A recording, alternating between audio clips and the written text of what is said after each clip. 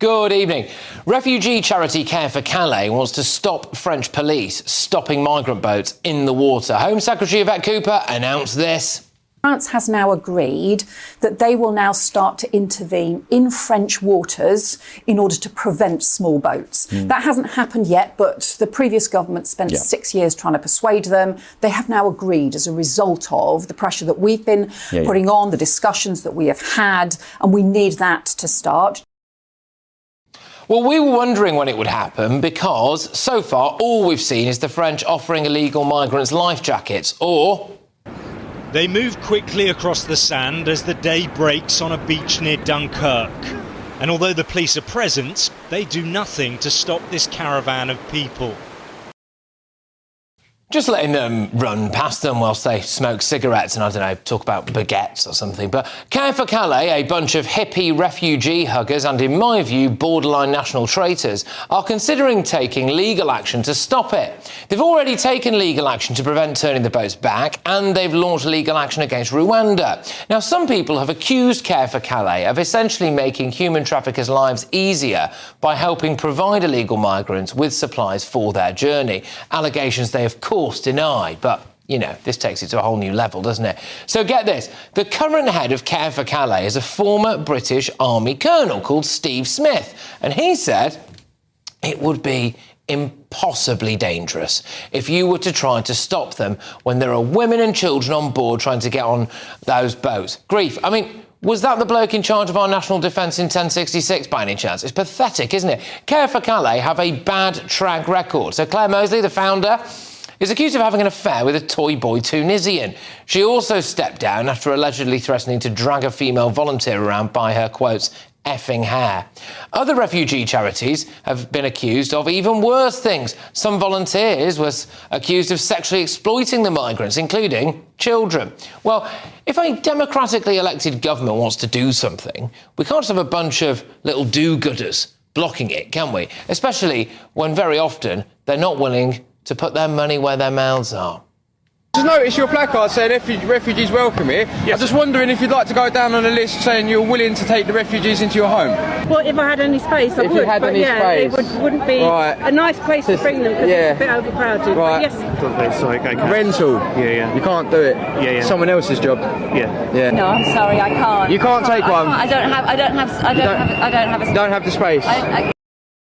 Won't take it themselves, will they? A record 17,034 have crossed the channel this year, and it needs to stop.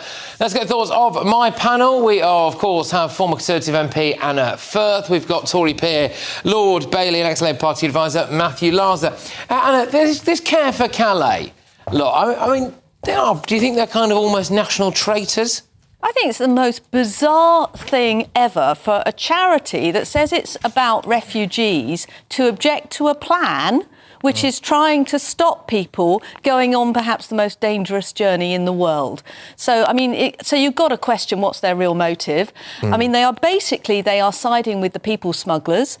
They are objecting to our national government's plans. They are taking the taxpayer for fools. We've all paid now £480 million to the French. I want the French to be doing what they're supposed to be doing with that money. And of course, they're taking on the French government. I mean, I think they're appalling. I think they should be disbanded. I cannot believe they're even allowed to do this within the objectives of their. Well, I do think that there is some looking into. Now, again, you know, Care4Calais vigorously deny any allegations whatsoever of anything even remotely inappropriate. And I want to make that very clear. However, having been over there and seen the camps and all of that stuff, I do seriously think that some groups, charity groups, who give them or help give them mobile phones or even just feed people really and keep them in those conditions and prepare them and provide a safe area where human traffickers can operate and then get people on boats, well, I think they're complicit in the trade of people.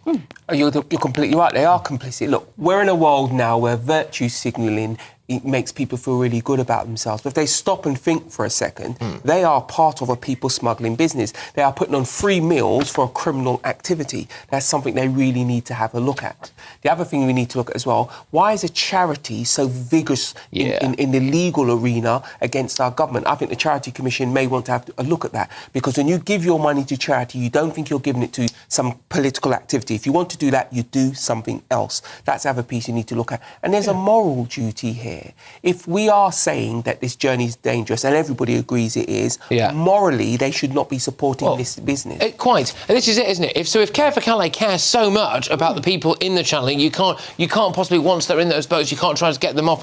Why do they appear to be doing, as far as I can tell, nothing to stop them getting in those boats, Matthew?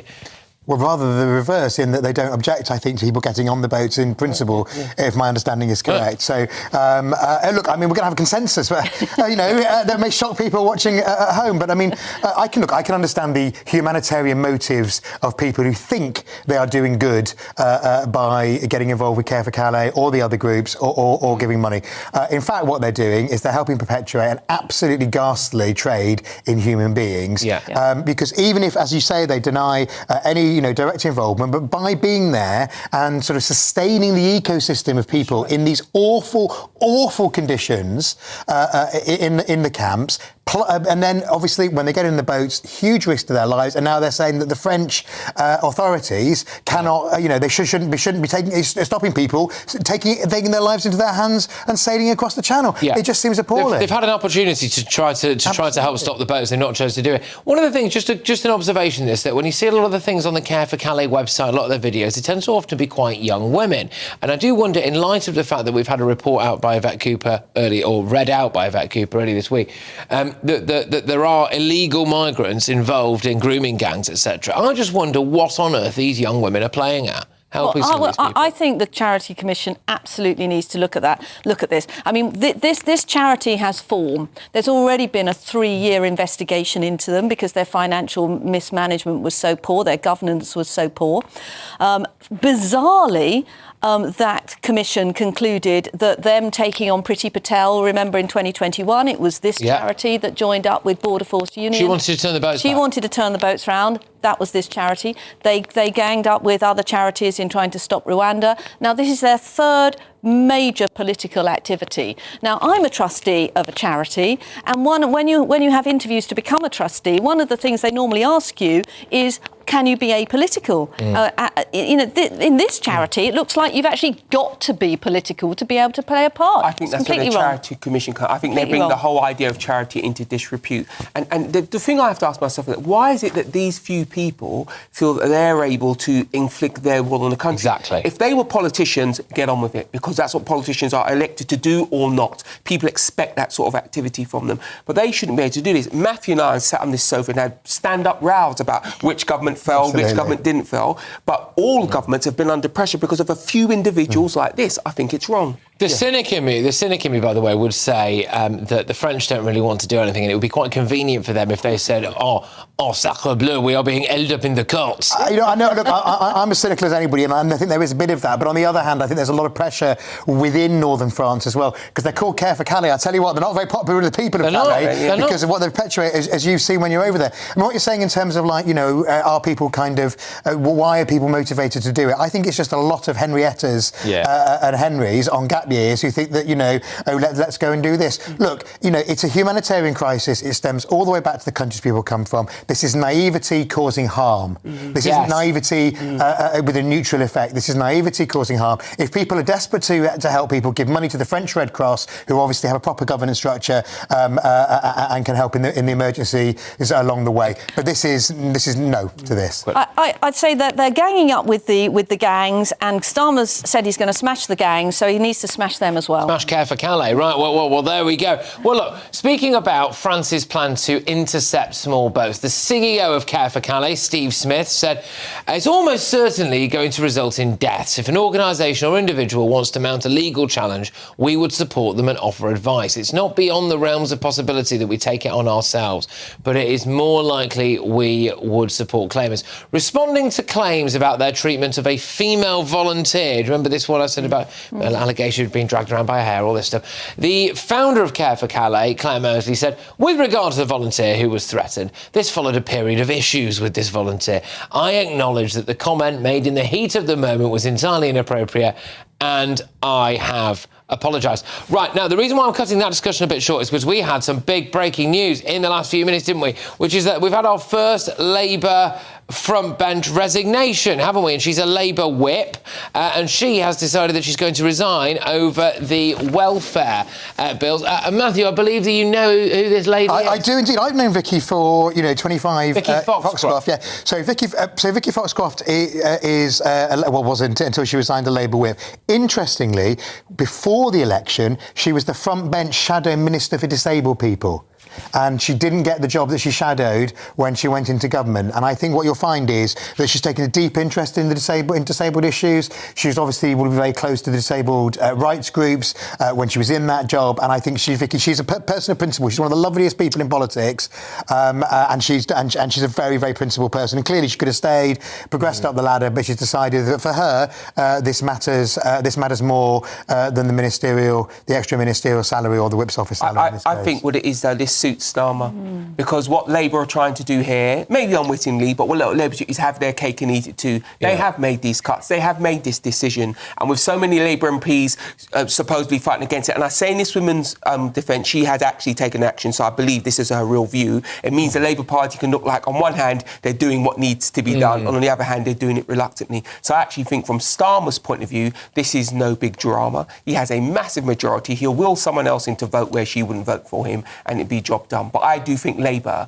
need to own the decisions they make, and this sometimes means that they don't. I wonder if what this does say that's really going on behind the scenes there in terms of the scale of the Labour rebellion. I mean, last night on the front pages, which, by the way, you're going to get again this evening, not just from 10:30, but in a very special Patrick Christys tonight, late edition, 11 p.m. until midnight, every single week now. Anyway, you got the two different front pages yesterday. One was I think the Daily Mirror, which said, this is an abomination, we can't cut people's benefits. And the other one that was like the Telegraph, that was like, oh no, it was the Mail, that was like, this is great, we need to cut people's benefits. And I think that the Labour MPs behind the scenes are already not that happy about it, are they? I think this isn't good news for Starmer. It's never good news when a minister, a front bench minister resigns. As well. But a whip is actually called a minister. They get paid. No, I know, but it's what I was going to say. Sorry, was presumably part of their job is to try to whip other MPs. Well, exactly. They feel they can't do that. Exactly. And the hardest thing in government, particularly when you've got such a big party, is keeping everybody united. And we all know the problems that the Tories had with the infighting. Once discipline starts to go, you're onto a hiding to nothing. And for Starmer, that's what will be worrying him now, because how many other backbenchers will she encourage? Well, I was wondering when we were going to start to see the drip of resignations. Was it going to be over the pensioners? Was it going to be over the farmers? Was it going to be over this, that and the other? Is this finally it? Where they're looking at Keir Starmer now and going, good grief, man, you are so unpopular, I can't keep lining up behind you. I think the thing about Vicky is she may not be, she's certainly not a household name, but she's quite a well-known figure within the party. She's not been somebody who's just been driven in. She two different elections in the Blair era. She was the one who introduced the leader on the manifesto day. She's quite, she was a union organiser. She's a well-known figure in the party. She's had enough. So it shows that she's had enough. And so it's significant in terms of how opinion is shifting. Yeah, we've got to go. Sorry, guys. Sorry.